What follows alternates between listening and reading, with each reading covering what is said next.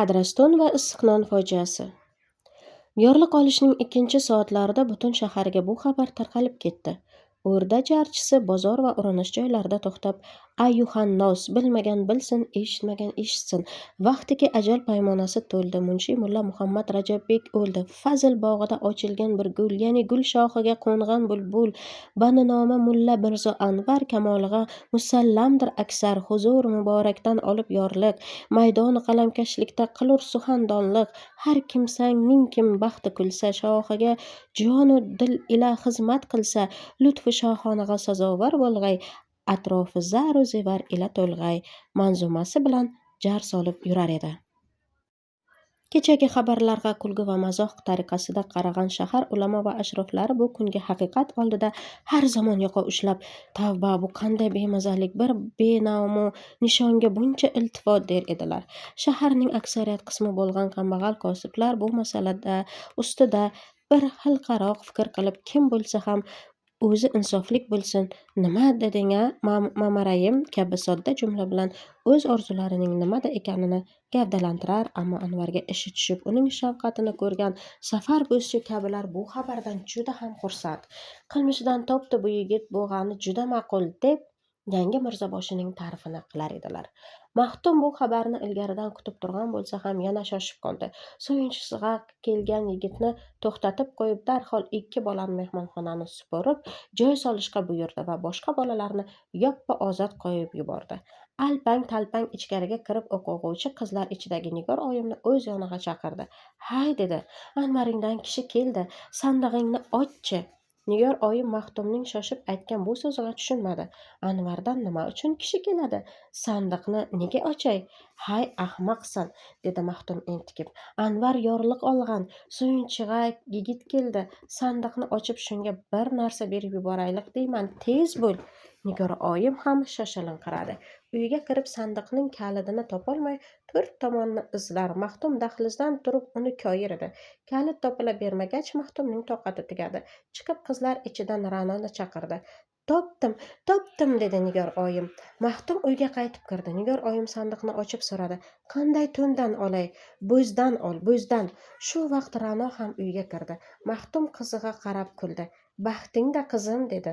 Anvar akang sarmunshiy bo'libdir. Ra'no kulimsirab chetga qaradi. Meni nega chaqirgan edingiz? Sandiqning kalitini bilasanmi, deb chaqirgan edim. Kalit topildi. Nigor oyim bir bo'z to'nni olib eriga ko'rsatdi. Shunisi bo'ladimi? Ha, bo'ladi, tashla. O'rdadan kelgan kishiga shu to'nni berib bo'larmikin? Ra'no ham bo'z to'nga e'tiroz qildi. Berib bo'lmaydi, uyat. Maxtum o'ylab qoldi. Bo'lmasa, dedi ikkilanib, jo'nroq adrasdan olchi. Nigor oyim bir adras to'n olib Maxtumning qo'liga berdi. Maxtum to'nni yoruqqa solib ko'rdi. Yo'q, adras hayf, Ra'no, dedi. To'nni tag'iga solib haligi bo'zni beraver. Bo'z to'n berganda bermagan yaxshi, dedi achchiqlanib Ra'no. Arzimagan narsa uchun Anvar akamni uyaltirasizmi? Ra'noning yoniga Nigor oyi ham qo'shildi. Kishi uyalg'uliq bo'lmasin, Ra'no. Hayf, dedi Maxtum. Adras to'nni salmoqlab ko'rib, boyag'i shoshilish holati hozir yo'q, ammo yuzida achinish vaziyati bor edi. Uvol qizim, ipagi juda quyuq ekan. Ipagi quyuq bo'lsa hech narsa qilmas, dedi asabiylanib Ra'no. Kishining izzati nafsi undan ham quyuq. Xayr, dedi Maxtum adraston bilan vidolashgandek. Sen qizlarni ozod qo'y, Nigor, dasturxon tayyorlab, choy qaynat, fotihaga odamlar kelsa kerak. Sen Ra'no sochlaringni yuvib sal odam shavanda bo'lib yursang bo'lmaydimi, qizim? Maxtum shu so'zni aytib chiqdi. Ra'no Maxtumning orqasidan nima uchundir kulib yubordi. Nigor oyim yugurib erining orqasidan chiqdi. Hay, Ra'no, dedi hovlida turib bo'lgan Maxtumga. Nonlarimizning suvi qochgan, xamir qilishga vaqt oz. Bozordan issiq non oldirasizmi? Bu gap Maxtumga adras to'nning alami ustida tuz sepgan ta'sirini berdi. Hovli o'rtasida bosh qashinib qoldi va ko'zini qisib xotiniga qaradi. Juda qattiqmi, deb so'radi. Juda qattiq. Hatto ushatishga ham qo'lning kuchi yetmas. Javob yana falokatliroq edi. Xo'p, non oldiraman. deyishga ham Maxtumning majoli qolmagan holda boshini quyi solib javobsiz tashqariga jo'nadi. Mehmonxona sahnida kutib o'ltirgan yigitga o'z qo'li bilan adras to'nni kiydirdi. Yigit darvozadan chiqquncha ham Maxtumning ko'zi hayf ketgan adras to'nda, hatto undan Anvarning kelayotgan xabarini so'rashni ham unutgan edi. Hovli supurg'uvchi bola suv sepmay changitib yuborgani uchun uni ablah kuchuk deb qo'ydi. Mehmonxonada ko'rpacha yozib turgan bolaning yoniga kirib ko'maklashdi va bolaning uquvsizligidan ranjib, buni ham birmuncha achitib oldi. Sen chopib guzarga chiq, dedi bolaga. Joy solinib bo'lgandan keyin katta tolning tagida Sovur nonvoyning do'koni bor. Maxtum domlaga 20 dona non kerak ekan, narxi qanchadan deb darrov so'rab keldi.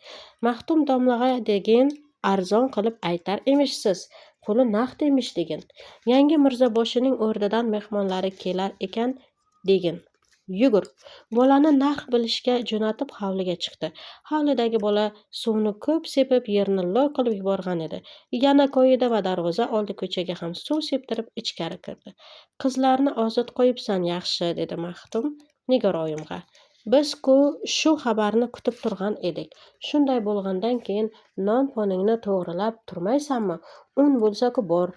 Ablah, qani menga 3-4 ta noningdan olib ko'rsatchi. Ra'no onasining so'zi bilan qutidan 5-6 dona non olib dadasining qo'liga berdi. Darhaqiqat, bir-biriga o'xshamagan nonlar tarashadek qotib qolgan edilar. Maxtum urinib ko'rib bittasini ham sindirishga kuchi yetmadi. Ra'no yuzini chetga o'girib kulib turar edi. Maxtum urina nihoyat o'zi ham kuldi. Zo'r qolg'uring juda ham qotibdi-da, kun ham issiq-da, Ra'no. Bu so'zdan Ra'no battarroq kulib yubordi. Nigor oyim ham kulimsidi. Axir o'zingiz kechagina men xamir qilay desam koyidingiz, dedi Nigor oyim. Biz-ku mayli, kuni bo'yi ishdan kelgan Anvarga jabr, shunchalik ro'zg'or qilib loqal yumshoqroq non yedirmasak, kishi juda ham uyaladi. Men issiq nonga bola yubordim, dedi Maxtum qattiq nonlarni Ra'noga berib.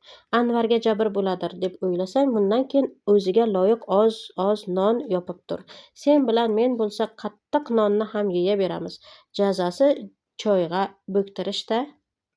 Maxtum aytmasa ham Nigor oyim Anvar bilan Ra'noga yashirincha yumshoq non yopib berar, faqat bu kun o'sha nondan 1-2 ta qolgan edi. Maxtum endi non sotib olishni bo'yniga olib tashqariga chiqdi. Narx bilib kelgan bolaga 20 pul berib, orqasi kuymaganini olish sharti bilan nonga yubordi. Anvarning tanishsizlik va uysizlik fikrining aksicha fotihaxonlar ham ko'rinib qoldilar.